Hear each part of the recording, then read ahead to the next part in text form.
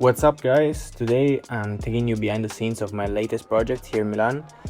If you ever taken that airport bus that brings you into the city center, you might have seen this very wall. It's a prime spot and I originally painted it back in 2023, but it was time to give it a new coat of some fresh paint. And as a graffiti writer, getting my work up here was a massive goal.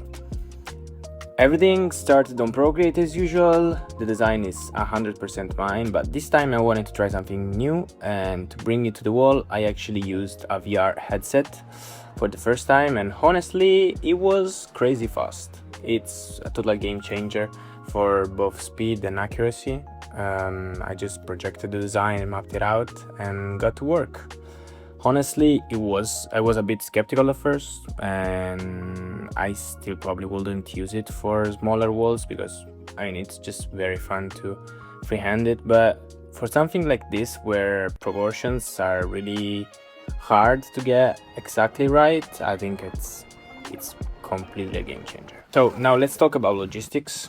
For painting this big, you need a lot of money. But I'm a firm believer that you don't need a massive budget for doing something like this, and to cut costs I relied heavily on bucket paint for this one. Most of this bucket paint was left over from previous projects or simply found in the trash or donated to me by friends who knew that I was working on this project. And one massive pro tip that I've learned on this wall is that I used transparent primer, and I primed the entire surface first, and it's a bit of extra prep work and an extra expense, but it's way cheaper compared to an extra coat of paint below everything. And once you lay it down, you only need one solid coat, and every brush stroke just goes twice as far.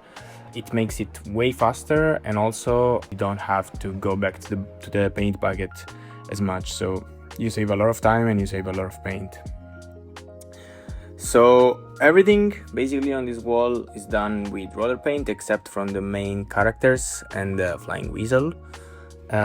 So basically the blue sections are the only ones that are done with spray paint, and you'll notice that I didn't paint all the way to the top, and that a few people questioned about it, but the truth is the upper wall is in pretty rough shape and it honestly needs construction work that I'm not allowed to do, and that was also totally out of my budget right now, so renting a scissor lift or a cherry picker just wasn't in the cards. So I just decided to lean into design and make it work for the space I had available and the space I could reach.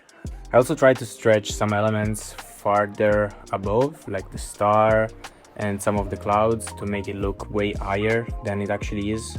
And I think it really helps to fill in all the extra space. This wall is a reminder that sometimes the limits of a project actually help you define the entire sketch. So at the end of the day, I'm really stoked with how it turned out, and knowing the location where it is and the amount of people that will see it, I think I'm really happy with it. Well, if you enjoyed this look behind the curtain, hit that like button and let me know in the comments what do you think about this little character and his little fellow friend, like the flying friend. And see you in the next video, guys.